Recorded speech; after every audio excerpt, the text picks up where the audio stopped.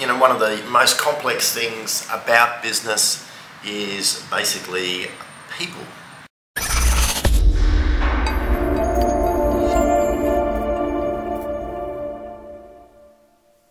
How's it going? Welcome to another episode of the Ideal Business Podcast.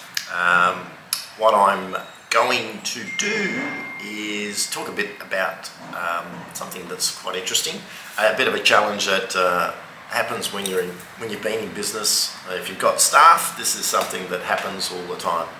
I'm currently recording this from Ho Chi Minh. I've been away in Vietnam for the last 10 days, and this is my last day in Ho Chi Minh. So I thought I'd take the opportunity to share some information, share some insights on this podcast. Love Ho Chi Minh, love Vietnam. If you haven't been there, highly recommend it. One of the most complex things about business is basically people. Involves the owners of the business, involves clients, and of course it involves your team members. And it's a real challenge. People aren't rational. People have all sorts of history and background, preferences, and all sorts of things. So, personally for me, I found it really difficult. One of the things is, if you're a real logical, rational sort of person, they go, it's just not the way things work. Often I'd get frustrated with staff members around certain things, particularly as the business grew.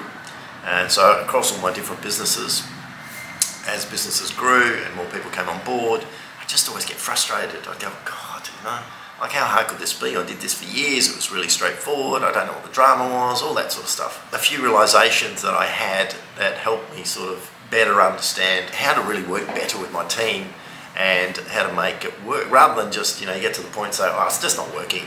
Give someone notice and go and find another team member.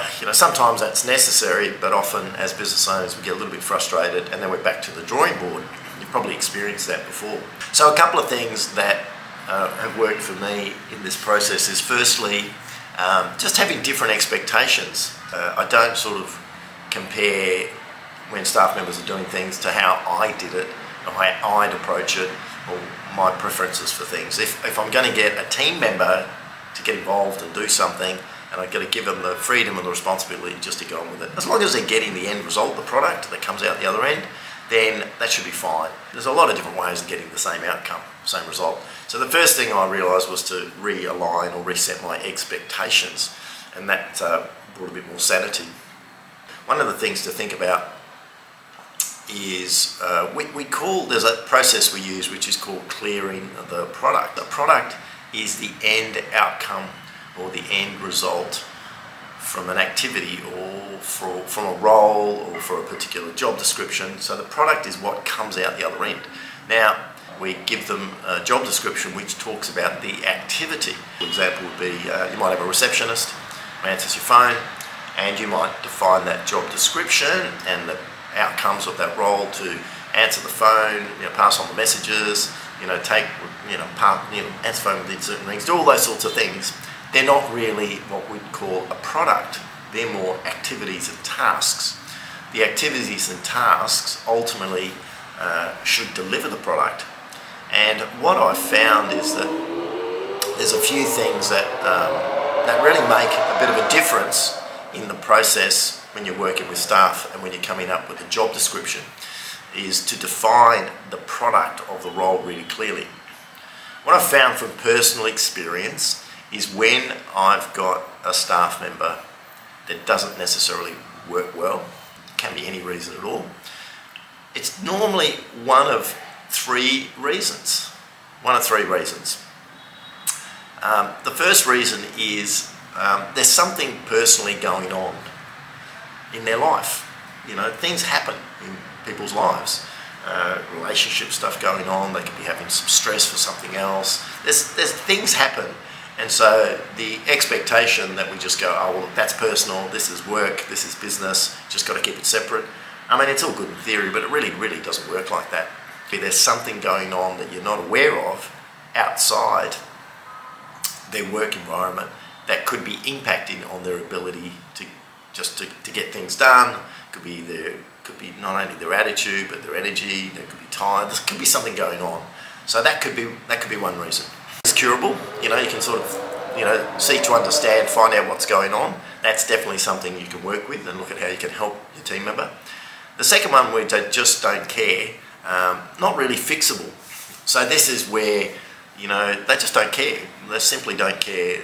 They're just trying to get tick boxes off. They don't really care what they're trying to achieve. The attitude's not right. Hopefully you don't engage people like that in your business, but it happens. They might sort of come up when you initially engage them and they're fantastic, and over time you realise they simply don't care. Not moving on to things, not ticking off stuff appropriately, not being timely. They don't care. Not really fixable. For me, it's a bit of a telltale. I don't know if it's recoverable. Often we think about, look, if we warn them out, we'd let people know. But the question I would ask is, it shouldn't have happened in the first place. So people don't care. The third reason, and this is probably the most common, is they don't necessarily understand their product, which is what I talked about before.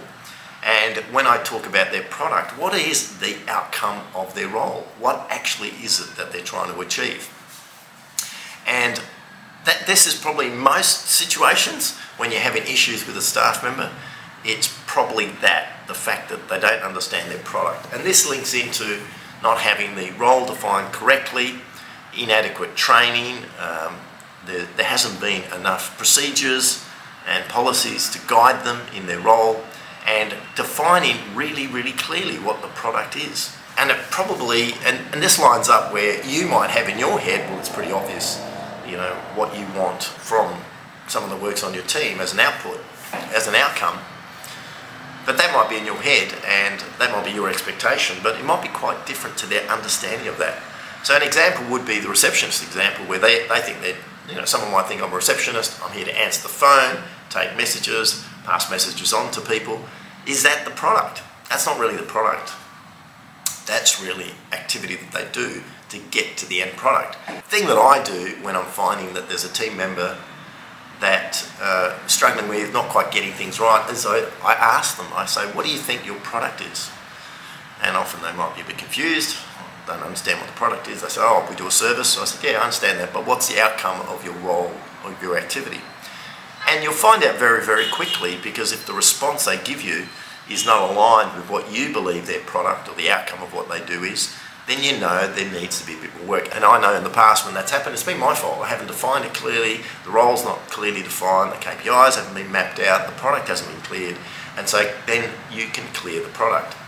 And so, for example, define products for different divisions of the business. We have a product for the entire business, product for departments, product for individuals, and clearing the product is the way, is often the issue when you're having challenges with staff. And it can be really frustrating, because if you've been recruiting people in business, it's a real pain in the run ads and filter people and recruit people, and if someone doesn't work, you go, oh God, I've got to start this entire process again. It can be really frustrating. Maybe have a think about, the process of when any team members isn't aligned. Just step back a bit and see if you can work out what which ones of the three areas are it, and have a bit of a conversation with them to sort of seek to understand where they're at. Ask any team member, look, I just want to ask you a simple question, what do you think your product is? And if what they say is not aligned with your expectations, then you need to do a bit of work on that. The training's not complete, and you're far better, investing some more time into the right person and getting some clarity so your expectations are aligned. Because what I found is that most team members want to do the right thing, but we've sort of got to empower them, and we've got to give them the tools to be able to do the right thing. And often the starting point is where it might go a little bit astray. It's worked really well as an approach over the years. It's not something that often when I look at job descriptions and roles, they're normally full of tasks. Do this, do that, here's an activity, this, that, this, that, this, that. So, you know as well as I do that people can tick tasks, do activities, be doing all the right things, but still not be getting the product. And it's obviously a really good example is sales. Someone can be making phone calls, calling people, generating leads, doing all those things, but actually not getting sales, which is the end product of a sales process, for example. And so that's an example where, if someone's focused on activity as opposed to outcomes, then you're going to have some real issues. And aligning that expectation has been a really good approach to deal with any issues. It's not always the case that staff members can be retained. Sometimes it just doesn't work. The other thing is the business has evolved, the role has evolved. There's a whole myriad of reasons. The easiest way to sort of understand it is that in an organisation where you've got lots of people moving around, they're all changing and evolving continually. Nothing's static. So when you engage and bring a team member on, they're in a particular space or point in time. They change, you change, the business change, everything just changes. And so being conscious of the fact that everything changes, might work, it might not work. So try that. It is a process that we use in our businesses with team members. We've got a lot of long-term team members now across all our businesses, and a lot of the time it's because of this philosophy and this approach. Thanks for listening. As you know, we grow organically. It's really people like yourself that enable us to get the word out. If you like what you hear, please give us a rating, leave a good comment and share this with your friends. Thank you.